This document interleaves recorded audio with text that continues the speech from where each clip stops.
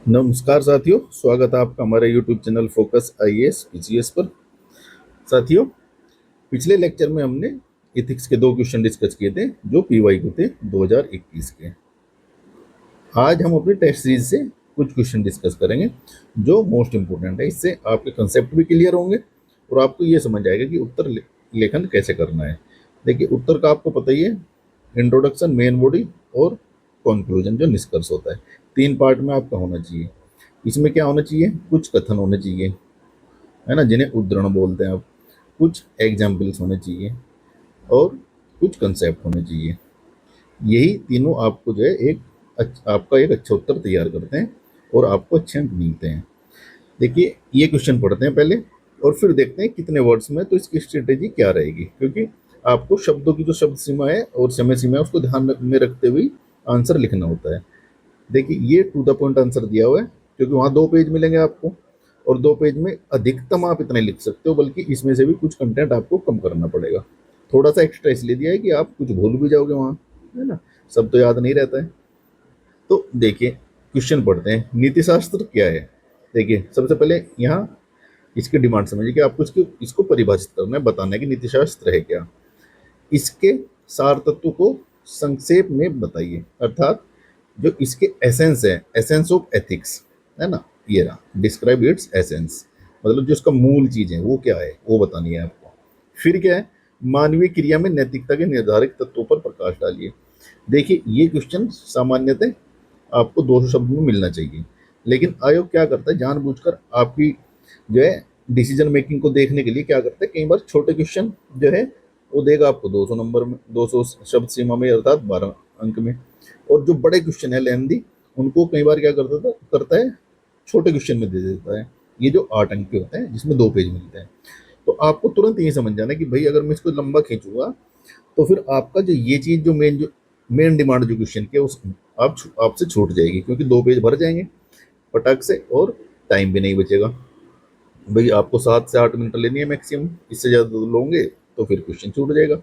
तो अब आपको यहाँ सोच लेना, जैसे क्वेश्चन पढ़ा कि नीति शास्त्र क्या है, तो इसको मैं दूंगा अपने डेफिनेशन में, है ना, और थोड़ा सा एक्स्ट्रा बता दूंगा कुछ, जिससे क्लियर हो जाएगा एग्जामिनर के कि भाई ये नीति शास्त्र है। फिर सार तत्व को संक्षेप में बताना है, तो 3-4 पॉइंट में मैं क्या करूंगा कि सार तत्व अर्थात एसेंस ऑफ एथिक्स बता दूंगा। फिर आधे पेज से ज़्यादा जो है मैं इसको दूंगा, क्योंकि ये पूरा पेज आपका भर जाएगा लगभग इसमें, फिर आधा पेज तो भरेगा ही आराम से, क्योंकि यहाँ तो क्या है, हमने टाइप की हुई है तो इसलिए आपको छोटा लग रहा है, लेकिन जब आप लिखोगे ना तो इन दो चीज़ों में पूरा पेज भर जाएगा।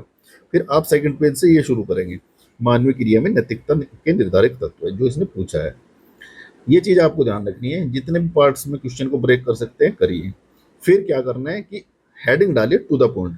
जैसे यहाँ सार तत्व बोला तो यहाँ नीति सार के सार तत्व ही आपको लिखना है हेडिंग, इसके अलावा कोई हेडिंग नहीं डालना है। यहाँ मानवीय क्रिया में नैतिकता के निर्धारक तत्व पूछा है तो ऐसे ही हेडिंग डालना है एज इट इज, जिससे जो इन्विजिलेटर है, जो भी निरीक्षक है आपका, वो समझ जाएगा कि अच्छा ये पार्ट यहाँ किया इसने, ये यहाँ किया, और पटाख से वो पढ़ेगा, क्योंकि इतना टाइम होता नहीं है उनके पास, और वो आपके क्वेश्चन को उस हिसाब से अंक देगा। देखिए, अब नीति शास्त्र क्या है ये तो आपको बताइए, नहीं पता है तो देखिए इसकी डेफिनेशन देख लीजिए छोटी सी।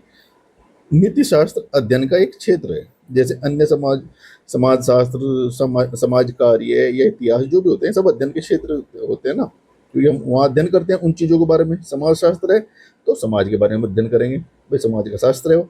ये नीति शास्त्र है तो नीति अर्थात नैतिक नियमों की हम जो है वहाँ सिद्धांतों का अन्वेषण करेंगे या उनके बारे में जानेंगे। तो यही लिखना है डेफिनेशन, सीधा टू द पॉइंट। नीति शास्त्र के अध्ययन का एक क्षेत्र है जो नैतिक प्रश्नों और सिद्धांतों का अन्वेषण अर्थात एनालिसिस करता है। That's it. यह हमें अच्छे और बुरे के बीच अंतर करने में मदद करता है। तो ये आपने बता दिया इसकी डेफिनेशन एज इट इज। फिर क्योंकि ये अलग से पूछा तो आप एक कथन वगैरह डाल देंगे तो थोड़ा सा इसको जस्टिफाई कर देंगे, आप इतना करेंगे तो थोड़ा कम रह जाएगा। क्या लिखेंगे? एक विद्वान की आप देखिए, विद्वान की जो एक परिभाषा देंगे तो एग्जामिनर समझ जाएगा कि भाई ये ऐसे ही हवा में बातें नहीं कर रहा है, इसने पढ़ा हुआ है, प्रॉपर किताबें भी पढ़ी हुई है और जितने भी थिंकर्स हैं उनको भी पढ़ा है। तो यहाँ मैकेंजी की हम परिभाषा देंगे। देखिए, ये परिभाषा हमने क्यों चुनी, क्योंकि छोटी सी एक लाइन की है, नहीं तो और भी परिभाषाएं 3-3, 4-4 लाइन की है तो फिर वहाँ गड़बड़ हो जाएगा, उत्तर में इतना टाइम नहीं मिलेगा। क्या बोलते हैं? जो व्यवहार में कुल सत्य अर्थात सत्य, जैसे सत्य के लिए सत्य होता है ना, सत्य या शुभ है, इसी का अध्ययन नीति शास्त्र है। देखिए, एग्जैक्ट इसने दी हुई है ये, और हमारी एक लाइन में आ भी जाएगी। अब चलते हैं अगले पार्ट पे। सार तत्व को संक्षेप में बताइए, इसके किसके, एथिक्स के।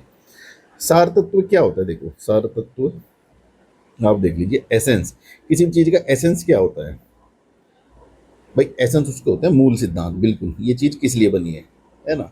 अब जैसे जल है, जल जल का सार तत्व क्या है? शीतलता। इसका गुण यही है कि शीतलता होगा, आपकी प्यास बुझाएगा, है ना। ये इसका सार तत्व है किसी भी चीज का। समाज शास्त्र का सार तत्व क्या होगा? वो समाज के बारे में अध्ययन करेगा, बताएगा कि समाज, दूसरे समाज के लोगों से आपको किस प्रकार इंटरेक्शन करना चाहिए, है ना, यही सब चीजें बताएगा वो ये तो नहीं बताएगी इतिहास में ऐसा था तो अब ऐसा करो, वो हो गई परिधि से बाहर। बताएगा भी तो वो उसका सार तत्व नहीं है। मेन चीज क्या है? ऐसा तो सोशियोलॉजी बहुत बड़ा सब्जेक्ट है। मेन चीज क्या है? समाज का अध्ययन, समाजों को बताएगा कि इस समाज में क्या प्रचलन है, इसमें क्या है। तो ऐसे नीति शास्त्र है। इसका सार तत्व क्या है? देखिए, सार तत्व किसी चीज की अंतर्निहित प्रकृति या अनिवार्य गुण है जो इसमें होना ही चाहिए। जैसे जल में शीतलता, आग में ऊष्मा ऊष्मा होती है। तो आग जब भी लगेगी तो उससे क्या होगी? ऊष्मा पैदा होगी। वो पेट्रोल की आग है, या केरोसिन की आग है, या एथेनॉल की आग है। अब एथेनॉल आपको पता है E20 जो ये है, इसमें थोड़ी ऊष्मा कम है। बार बार बोलते हैं गडकरी जी की इसकी कैलोरीफिक वैल्यू कम है। कैलोरीफिक वैल्यू क्या होती है? जब किसी पदार्थ को जलाने पर कितनी कैलोरी ऊष्मा प्रदान करता है, तो होती है कैलोरीफिक वैल्यू, अर्थात कितने कैलोरी ऊष्मा इसने दी है। तो पेट्रोल में क्यों ऊष्मा ज़्यादा होती है, कैलोरीफिक वैल्यू ज़्यादा होती है। जितना उसमें एथेनॉल ब्लेंडिंग करेंगे उसकी वैल्यू कम होती जाएगी। तो यही सब मुद्दे चल रहे हैं अभी भी। देखिए, यहाँ भी एक नैतिकता का मुद्दा है। भाई सरकार को क्या है? पारदर्शिता रखनी चाहिए थी, यहाँ बताना चाहिए था कि इसकी वैल्यू कम, ऊष्मीय वैल्यू कम है। पहले नहीं बताया, अब हला हा उल्ला हुआ तो बताया। ये बताना चाहिए था कि भाई इससे इंजन पार्ट डैमेज हो सकते हैं। ये बताना चाहिए था कि कितनी गाड़ियों के ऊपर टेस्टिंग करिए। तो ये सब भी नैतिकता के मूल्य हैं। तो आप इस चीज़ को ना अपनी आइज ओपन रखा कीजिए। जो भी कोई न्यूज आती है, देखिए उसमें क्या एथिकल वैल्यूज है, क्या एथिकल इशू है। वो एग्जाम्पल आप लेटेस्ट कोट करेंगे तो आपका क्या है? उत्तर अच्छा माना जाएगा। देखिए, नीति सार के सार तत्व पे आ जाते हैं फिर से। सार तत्व निम्नलिखित है। क्या है? सार्थक जीवन का मार्गदर्शन। भाई यही तो ये बता रहा है कि सही क्या है, गलत क्या है, कैसा व्यवहार आपको करना चाहिए समाज में। तो इसका मतलब क्या है? एक सार्थक जीवन जीने के लिए आपको ये प्रेरणा दे रहा है।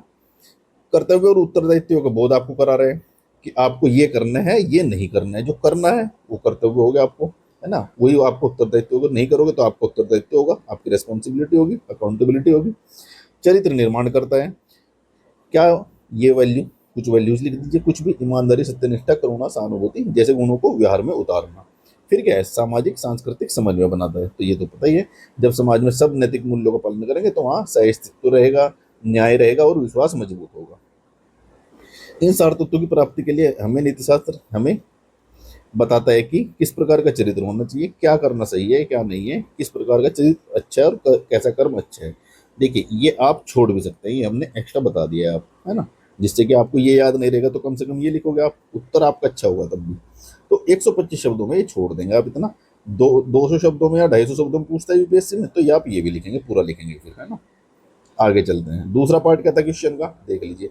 सार तत्वों को संक्षेप में समझाइए। आइए, इसके ऊपर सार तत्व बता दिया। अब तीसरा पार्ट के ऊपर चलते हैं। मानवीय क्रिया में नैतिकता के निर्धारक तत्वों पर प्रकाश डालिए। देखिए, मानवीय क्रिया, नैतिकता का संबंध उन मानवीय क्रियाओं से होता है जो जानबूझकर की जाती है ना। क्योंकि मानवीय क्रियाएं भी दो प्रकार की होती है। कैसी? आप पढ़ते होंगे, ऐच्छिक, जो अपनी इच्छाओं से कर रहा है मनुष्य, ऐच्छिक, और अनैच्छिक। अनैच्छिक है ना, ये बिना इच्छा के करता है। जैसे ऐच्छिक क्या है? आप क्या खाना खा रहे हो, क्या कपड़े पहन रहे हो, कैसी भाषा बोल रहे हो, तो ये आप ऐच्छिक क्रिया हुई। अनैच्छिक क्रिया क्या होगी आपकी? आप सांस ले रहे हो, है ना, आपको छींक आ गई, है ना, ये अनैच्छिक क्रिया है। या गलती से आपने किसी के ऊपर गाड़ी चढ़ा दी, तो वो भी अनैच्छिक क्रिया है। आपकी इच्छा नहीं थी ऐसा करने की, लेकिन गलती से आपसे मर्डर हो गया किसी का, या किसी का नुकसान हो गया, तो ये अनैच्छिक क्रिया है। तो ये सब नीति शास्त्र किन क्रियाओं के बारे में बात करता है? जो ऐच्छिक क्रियाएं हैं। तो उन्हीं ऐच्छिक क्रियाओं के बारे में हम यहाँ नीति शास्त्र के निर्धारक तत्व बताएंगे। अर्थात कहने का मतलब क्या है इसका, कि जो मानवीय क्रियाएं होती हैं, मान लिया आप खाना खा रहे हो, है ना, शाकाहार खाइए या मांसाहार खाइए, आपकी मर्जी है। तो नीति नैतिकता के निर्धारक तत्व कौन कौन से होंगे जो आपको कुछ इस प्रकार का खाना खाने के लिए प्रेरित करेंगे? जैसे भाई क्या कहेगा कि शुद्ध खाना खाइए, पोषण युक्त खाना खाइए, कहीं कहीं किसी समाज में क्या होता है कि आप शाकाहारी खाइए, कहीं मांसाहारी भी अलाउड होता है। तो हर समाज की नैतिकता अलग अलग होती है। ये भी नहीं है कि यूनिवर्सल रहेंगे सब चीज़ें। कुछ वैल्यूज यूनिवर्सल होती है, जैसे ईमानदारी, सच सच सच बोलना। भाई सच बोलना सभी समाज ये बोलता है कि सच बोलो। सभी कोई भी देश है, कोई भी धर्म है, कौन बोलेगा कि आप भ्रष्ट हो? सब बोलेंगे ईमानदार रहो। तो ये यूनिवर्सल रूल्स होते हैं कुछ नैतिकता के, और कुछ समुदाय बेस होते हैं। तो वो आपको बाद में पढ़ा दिया जाएगा। अब देखते हैं मानवीय क्रिया में नैतिकता के निर्धारक तत्व। देखिए, अब इसमें आपको जितना कहा था मैंने, क्वेश्चन को तो ब्रेक करेंगे करेंगे, आप उत्तर को भी ब्रेक करेंगे। इसमें तत्व कितने होंगे? भाई आप जो क्रियाएं कर रहे हो, मान लिया आप उदाहरण के लिए खाना ही खा रहे हैं, तो आप जब कुछ खाने के बारे में सोचोगे, एक तो आपकी आंतरिक प्रेरणा होगी, आंतरिक प्रेरणा, और एक होगी बाह्य प्रेरणा, है ना। बाह्य तत्व, आंतरिक तत्व ये है कि जो आपकी फैमिली ने बताया, आपका धर्म बता रहा है। जैसे किसी को मान लिया कोई शुद्ध शाकाहारी है, तो वो बोलता है कि मैं नॉन वेज नहीं खाऊंगा, तो ये उसकी आंतरिक प्रेरणा है। लेकिन एक व्यक्ति है जो नॉन वेज खाता है, अब जैसे आपने देखा होगा, गंगा माता का उदाहरण था कि उन्होंने कुछ लोगों ने वहां चिकन की हड्डियां फेंकी थी, और वो दोनों ही समुदाय के थे। आगे किसी, ये मुस्लिम लोग थे, हिंदुओं ने क्या किया था, बियर पार्टी वगैरह पी थी। तो देखिए, इनको रोकने के लिए क्या है, आपका मन कर रहा है उदाहरण के लिए कुछ खाने का नॉन वेज, लेकिन आप बाहरी दबाव में है कि नहीं यार यहाँ खाऊंगा ना तो गलती हो जाएगी और ये नियम के खिलाफ होगा, तो वो होता है बाह्य प्रेरणा। बाह्य प्रेरणा में क्या आएंगे, रूल रेगुलेशन आएंगे, नियम कानून आएंगे, सब आएंगे जो आपको बाहर से फोर्स कर रहे हैं, और ये अंदर से आपके वैल्यूज फोर्स कर रही है। तो ये आंतरिक प्रेरणा होगी। जैसे आंतरिक तत्व क्या है, धर्म और संस्कृति, है ना। ये कोई दबाव, कुछ लोग दबाव में मानते हैं, लेकिन अधिकांश लोग क्या है, अपने मन से करते हैं। जैसे अतिथि देवो भव भारत की परंपरा है, अतिथि को भगवान समान समझा जाता है, बड़ों बड़ों को प्रणाम करते हैं। तो ये हमारे धर्म और संस्कृति हमें बताती है। ये अंतरण अर्थात अंतरात्मा की आवाज, ये सबसे स्ट्रॉन्ग पॉइंट होता है। कोई आपको कुछ भी बोले, लेकिन अगर आपकी अंतरात्मा नहीं मान रही है तो आप वो काम नहीं करोगे, या वो आप करके रहोगे अगर आपकी अंतरात्मा कह रही है। जैसे गांधी जी ने उदाहरण देंगे, अपनी अंतरात्मा की आवाज सुनी, चोरा चोरी घटने के बाद उन्होंने असहयोग आंदोलन स्थगित कर दिया था। देखिए, उस समय गांधी जी के ऊपर दबाव था कि आंदोलन जारी रखो, लेकिन नहीं, इन्होंने अंतरात्मा की आवाज सुनी। तो ये इनका आंतरिक तत्व था। ऐसे ही आप एक एक उदाहरण देंगे। परिवार और शिक्षक, भाई ये तो होते ही है कि प्राथमिक उपकरण माने जाते हैं। परिवार क्या है, आपकी पहली पाठशाला होती है, उसके बाद फिर आप स्कूल जाते हैं, वो दूसरी पाठशाला होती है। वहाँ आप सबसे ज्यादा देखा होगा बच्चों को आपने कि वो शिक्षक की बात बहुत मानते हैं। अगर शिक्षक बोलते हैं कि जंक फूड नहीं खाना है, तो बच्चे ना खाना छोड़ देते हैं। इसलिए शिक्षक शिक्षक का अच्छा होना बड़ा ही जरूरी है। और परिवार का तो प्रभाव पड़ता ही है। जो शाकाहारी परिवार होते हैं उनमें बच्चे शाकाहारी हो जाते हैं, जो बचपन से मांसाहारी होते हैं वो मांसाहारी हो जाते हैं। कोई किसी का के फादर चोर है, तो चांस ये है कि बच्चा भी हो सकता है चोर बन जाए। और कोई बड़ा ईमानदार है, तो परिवार का प्रभाव पड़ता है। कहने का मतलब ये है। रोल मॉडल, ये रोल मॉडल तो आपको पता ही है कि भाई किसी से प्रेरित हो जाते हैं। आपने देखा हो कुछ लोग संजय दत्त से प्रेरित होकर बड़े बड़े बाल रखने शुरू कर दिए, है ना। तो ऐसे ही सबका अपने अपने रोल मॉडल होते हैं। उदाहरण के लिए यहाँ लिखेंगे हम, महात्मा गांधी जी के अनेक अनुयायियों ने हिंसा के मूल्य को आत्मसात कर लिया, अर्थात उनके लिए रोल मॉडल कौन थे, महात्मा गांधी। तो जैसा रोल मॉडल होगा ऐसे ही आप व्यवहार करोगे, और ऐसे ही आप क्रिया करोगे, क्योंकि हम मानवीय क्रिया है ना। आगे चलते हैं। कालखंड, देखिए कालखंड में के भी नैतिक मूल्य अलग अलग होते हैं। जैसे पुराने समय में आपने देखा होगा दास प्रथा नॉर्मल थी, तो ये एक किस्म से लोगों ने एक्सेप्ट कर लिया था कि हाँ दास तो ऐसे होते हैं मध्यकाल में। लेकिन आज संवैधानिक मूल्य है, किसी को दास नहीं बना सकते हैं आप। तो आज कालखंड में अलग नैतिक मूल्य हैं, और ये नैतिक मूल्य फिर धीरे धीरे क्या होता, हम ना इनकलकेट कर लेते हैं, हमें आदत पड़ने लगती है फिर उस चीज़ की। अब अगर कोई दास कहेगा हमसे कि दास मैं खरीद के लाया हूँ, तो हमें बड़ा बुरा लगेगा, यार इसने एक आदमी को ही खरीद लिया, बताइए। क्योंकि वो अब हमारे अंदर वो मूल्य जो है समाहित हो चुके हैं, जो पहले नहीं थे, है ना। तो ये मूल्य बदलते रहते हैं कालखंड में भी। समाज तो बताइए कि भाई समाज भी नैतिकता का निर्धारण करता है। जैसा समाज होगा ऐसे ही लोग होंगे। उदाहरण के लिए नाजी एक भ्रष्ट समाज था, तो वहाँ नाजियों ने क्या है, हिटलर को प्रोत्साहित किया आगे। तो ये मूल्य उनके अंदर आ चुके थे, और यही उनकी क्रियाओं में बस चुके थे, है ना। अब नैतिकता निर्धारण के बाह्य तत्व क्या होंगे, है ना, जो आपकी मानवीय क्रियाओं पर प्रभाव डालेंगे। शासन का स्वरूप देखिए, जैसे अगर राजतंत्र है तो वहाँ नैतिकता अलग होगी, और वहाँ के लोग उसी प्रकार का बिहेव करेंगे। वो आवाज उठाने से डरेंगे, है ना। अगर राजतंत्र है तो वो उनके बाह्य तत्व है, जो उनको क्या है, मानवीय क्रियाओं में बदलाव ला रहे हैं, प्रेरित कर रहे हैं। कहीं लोकतंत्र है तो वहाँ लोग आवाज उठाएंगे, क्योंकि वहाँ का शासन लोकतंत्र है, वहाँ क्या है, अभिव्यक्ति की आज़ादी है। तो वो उनका बाह्य जो है क्रियाएं हैं। मतलब ये कोई आंतरिक थोड़े, ये तो नियम कानून है, आपको पता है नियम। अब हर कोई व्यक्ति बोलता है कि ये मेरा अधिकार है जी बोलने का, आप मुझे क्यों चुप करा रहे हो। तो ये नैतिकता निर्धारण या मानवीय क्रियाओं के निर्धारण में बाह्य तत्व होते हैं, नियम कानून होते हैं, रूल रेगुलेशन। जैसे कहीं कचरा नहीं फेंकना है तो नहीं फेंकेगा आदमी, है ना। तो ये बाह्य दबाव है ना उसके ऊपर। अब जैसे आपने देखा होगा रेलवे स्टेशन पे गुटखा पीक दुनिया भर की चीजें पड़ी रहेंगी, लेकिन मेट्रो में पता है सख्ता ही है, वहीं सीआरपीएफ घूमते रहते, तो कोई ना गुटखा की पीक करेगा, ना थूकेगा, ना कुछ और करेगा। तो क्या है, उसके ऊपर एक बाह्य दबाव है, उसकी क्रिया, वो क्रिया उस प्रकार की कर सकता है घटिया हरकत, लेकिन दबाव के कारण, बाह्य नियम कानून के कारण वो नहीं करेगा। उसे लगा, पता है कि फाइन लग जाएगा और जेल भी हो सकती है। न्यायपालिका के निर्णय देखिए, इसमें आप सीधा उदाहरण देंगे क्योंकि इतना लिखने का टाइम नहीं होगा आपका। उदाहरण के लिए सुप्रीम कोर्ट ने समलैंगिकता को वैध कर दिया, है ना, समलैंगिकता को वैध कर दिया। तो इसके पश्चात क्या हुआ, समाज को भी लगा कि हाँ यार सुप्रीम कोर्ट ने कहा है, तो भाई कोई सोच समझ के कहा होगा, इतनी प्रबुद्ध लोग हैं। तो ये न्यायिक निर्णयों का भी प्रभाव पड़ता है, समाज के ऊपर बाह्य दबाव पड़ता है। अब जैसे सीजीआई ने कॉकरोच बोला, अब उल्टा दबाव न्यायपालिका के ऊपर पड़ गया, है ना, यहाँ उल्टा केस हो गया। छोड़िए वो उदाहरण आप नहीं दे सकते, ये उदाहरण देंगे जो अच्छे अच्छे उदाहरण है। अन्य संस्थागत उपाय जैसे सेकंड ARC, भाई ये बोलते हैं कि इंटीग्रिटी होनी चाहिए एडमिनिस्ट्रेशन में, प्रशासन में, मिशन कर्मी होगी। ये क्या है, आपको प्रशिक्षण देते हैं, जितने भी IAS IPS अधिकारी है तो उनकी क्या नैतिकता बाहर से निर्धारित कर दी जाती है। अगर मान लो कोई करप्ट होगा तो उसको ट्रेनिंग देंगे, उसको थोड़ा ठीक करेंगे, है ना। तो ये सब यहाँ होता है। अब इसका क्या है, थोड़ा सा निष्कर्ष दे देंगे आप। मानवीय क्रिया की नैतिकता केवल कानून से तय नहीं होती, बल्कि इरादे, परिणाम, सामाजिक मूल्य और कर्तव्य बोध का संतुलन ही नैतिक आचरण को परिपूर्ण बनाता है। इतना सा आप लिख देंगे, दैट्स इट। आगे लिखना है तो ये लिख देंगे, जगह बची हुई है और टाइम बचा हुआ है। संवैधानिक मूल्य, न्याय, समानता, गरिमा इस प्रकार के नैतिक ढांचे के मूल स्तंभ है ना, जो व्यक्ति और समाज दोनों के लिए मार्गदर्शक है। देखिए ये केवल व्यक्ति के लिए नहीं है, बल्कि ये समाज को भी क्या है, समाज की मानवीय क्रियाएं भी प्रभावित करते हैं। तो ये क्वेश्चन आज डिस्कस किया हमने। देखिए दोस्तों, इस प्रकार से आपको मॉडल उत्तर मिलते हैं बेहतरीन, है ना, विद प्रॉपर डायग्राम, है ना, और आपको प्रॉपर हेडिंग बताया जाएगा कैसे दिया लिखना है, कैसे आपको प्रेजेंटेशन रखना है। जैसे यहाँ इस प्रकार से बॉक्स बना दो, यहाँ ये बना दो, उससे आपका उत्तर अच्छा लगेगा, है ना। ये सब ये नेक्स्ट है, अगली नेक्स्ट वीडियो में डिस्कस करेंगे। अच्छा, एथिक्स की हमारी जो है एक टेस्ट सीरीज चल रही है, अगर आपको जुड़ना है उससे जुड़ सकते हैं। आज ही शुरू की हुई है वो, 15 जुलाई से शुरू हो चुकी है। इससे इसमें देखिए आपको 3 क्वेश्चन डेली दिए जा रहे हैं, आपका जो है कॉपियाँ चेक होकर विदिन 24 आवर्स मिलती है और बेहतरीन मॉडल उत्तर मिलते हैं इसी प्रकार से। ये हमारे टेस्ट सीरीज का शेड्यूल है, पूरा एथिक्स इसमें कवर हो जाएगा विदिन 1 मंथ आपके। ये देख लीजिए, ये हमारे टेलीग्राम चैनल के ऊपर ये पोस्ट कर दी गई है, ये PDF आप वहाँ से देखते हैं।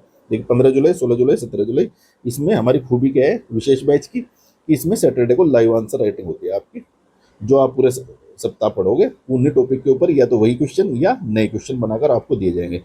1.5 घंटे का आपका लाइव बैठकर आपको लिखना होता है, तो एक्चुअल एग्जाम के जैसे आप प्रैक्टिस कर लेते हैं। ये पूरा टेस्ट शेड्यूल है, इससे जुड़ना है तो जुड़ सकते हैं। जिन साथियों को प्रीलिम्स से जुड़ना है वो प्रीलिम्स की टेस्ट सीरीज चल चुकी है हमारी, प्रीलिम्स पार अभियान चलाया है, इसमें आपकी गारंटीड प्रीलिम्स कराया जाएगा। अगर आप जो हम क्वेश्चन दे रहे हैं, जो नोट्स दे रहे हैं, उनको आप अच्छे से पढ़िए। देखिए इसमें नोट्स मिलेंगे आपको, प्लस टेस्ट मिलेंगे डेली, 50 क्वेश्चन मिलेंगे, 100 के लगभग टेस्ट होंगे, तो लगभग 5000 क्वेश्चनों के माध्यम से आपका अभ्यास करा दिया जाएगा। नोट्स से कुछ बचेगा तो क्वेश्चन की व्याख्या इतनी डिटेल में दी हुई है कि आपको वहाँ से सारा टॉपिक क्लियर हो जाएगा। तो मिलते हैं दोस्तों अगली वीडियो में, तब तक के लिए पढ़ते रहिए, लिखते रहिए और सिलेक्शन लेकर रहिए। जय हिंद।